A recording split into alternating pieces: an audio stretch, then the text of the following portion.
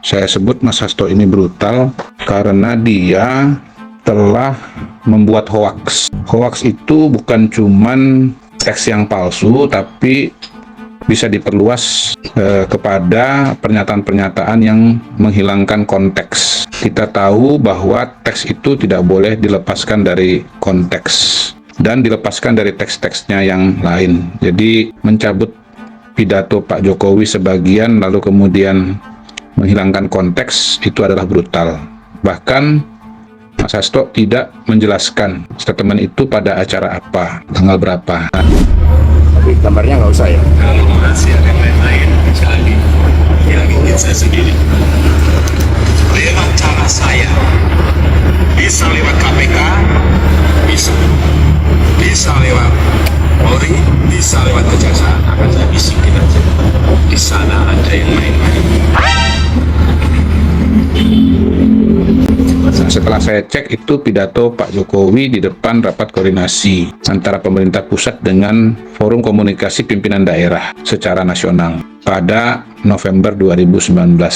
Nah, saya jelaskan ya kenapa ini brutal. Dalam pidatonya, Pak Jokowi justru meminta jajaran pemerintah termasuk kepala daerah dan aparat hukum untuk bekerja dengan baik. Bekerja dengan baik itu misalnya, ya, 1, jangan terlalu banyak peraturan daerah. 2, jangan terlalu banyak perizinan, ya, yang justru menyulitkan investasi. Kemudian lelang jangan dilangsungkan di akhir tahun, apalagi kalau yang bersifat infrastruktur, karena nanti justru tidak selesai atau tidak ada hasilnya. Jadi ini semua kan pesan-pesan yang bagus dan positif, dan Pak Jokowi mengingatkan ya kepada aparat hukum untuk tidak menggigit orang yang benar. Aparat hukum itu menggigit yang memiliki niat buruk, ya, mengganggu agenda kerja-kerja nasional. Gitu. Jadi bagus sekali justru pernyataan Pak Jokowi ini, ya.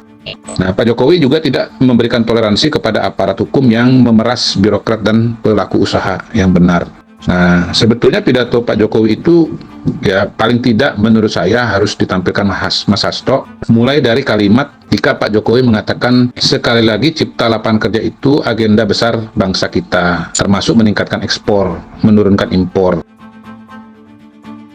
Jangan pernah ada yang main-main di area ini. Begitu kata Pak Jokowi. Saya sudah wanti-wanti, kalau masih ada yang main-main akan saya gigit sendiri. Kalau tetap nggak jalan juga, maka kemudian saya akan gigit lewat KPK, Polri, Kejaksaan. Saya akan bisiki. Nah, kata bisiki ini kan artinya apa? Sebetulnya Pak Jokowi menjadi whistleblower gitu. Whistleblower itu dalam penegakan hukum bagus atau jelek? Bagus. Ya, bagus. Jadi Pak Jokowi sebagai pimpinan yang mendapatkan informasi kan bisa saja atau sering dikasih tahu orang bahwa ada pelanggaran-pelanggaran atau masalah-masalah. Nah, itu justru Pak Jokowi berlaku konstitusional dengan menyerahkan informasi itu kepada para penegak hukum. Singkatnya ya, Mas Hasto ya, bahwa Pak Jokowi itu justru menjalankan tugasnya dengan baik sebagai pemimpin, mengingatkan jangan hukum kepada orang yang tidak bersalah, jangan memberikan hukuman kepada orang yang tidak bersalah, aparat hukum yang tidak benar harus diganti, dan justru kalau ada informasi bahwa ada praktek